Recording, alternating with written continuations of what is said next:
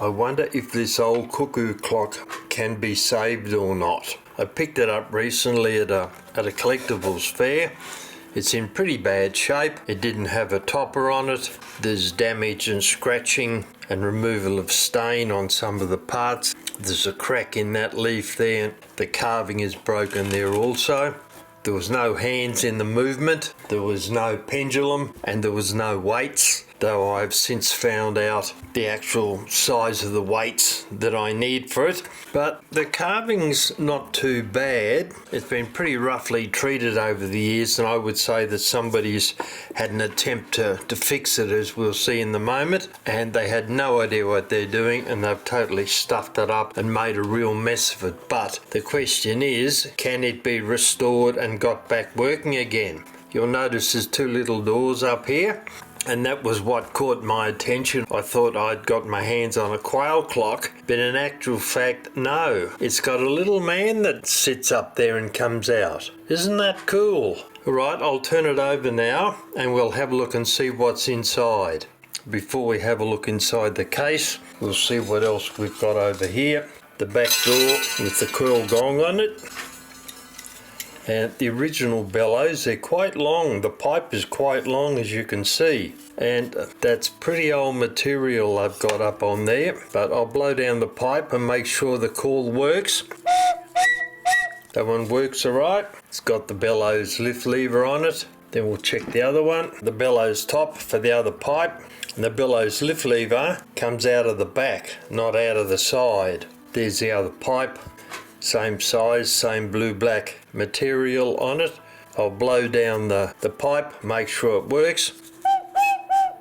Yep, alright. So, those pieces there will be repaired. I've recently got my hands on some new fish glue that I'm going to use to replace the bellows material on that, the Tyvek paper, so I can see how long it takes to dry and what it looks like for a final product. Now, we're looking in here. I'll take the movement out, being careful not to damage the little bird. We'll talk about the movement in a moment. It's rather interesting.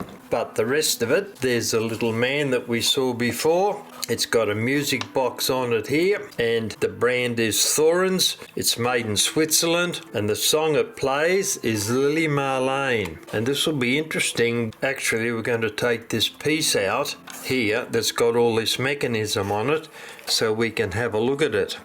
And strangely enough, the only chains that are attached to the movement are on the music box.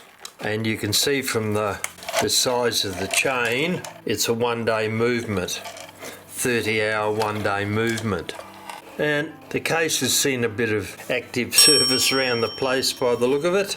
Extra holes been drilled in there, and that's not an original screw, of course. But we'll check that out further once we take that plate out, because that has the little man attached to it up there, and it's activated by that mechanism there, I would say. Alright, well, we'll put that aside for the moment. Now I'll come back to the movement. Looks pretty much like a standard movement. It's obviously relatively old. It's got a count wheel on it. It hasn't got a rack and snail. And then if we start looking, we see down here the wording is made in Germany, US zone. So it was made in Germany after the Second World War, and the date will be between 1945 and 1949, because that's the time of the US occupation in the zone there. So it'll be interesting to see what this looks like once it comes apart, and to check the mechanism, because we're used to working on regular 25s and 03s and those sort of things. But it'll be interesting to see. The general setup seems to be the same, but I notice there's a big blob of solder on that first wheel and on that first wheel. Huge big blobs of solder. So we'll find out once we take the movement apart what the story is on that, and I wonder if the ratchets still work or not. Just spins freely. Absolutely spins freely, that one does. No ratchet on that. So we'll look at this guy down here and test him both ways. Yep, that one doesn't work backwards. And the first one we looked at turns in both directions, so that will require some looking at once we get inside. a very fine little spring there, putting pressure on the count lever by the look of it. Yep, on the count lever there. There's our little bird, in relatively good condition actually, considering his age. The paint job on him is alright, we'll clean that up as we get round to it. Alright, well that's about all we can do at the moment. Pallets are turning the escape wheel alright.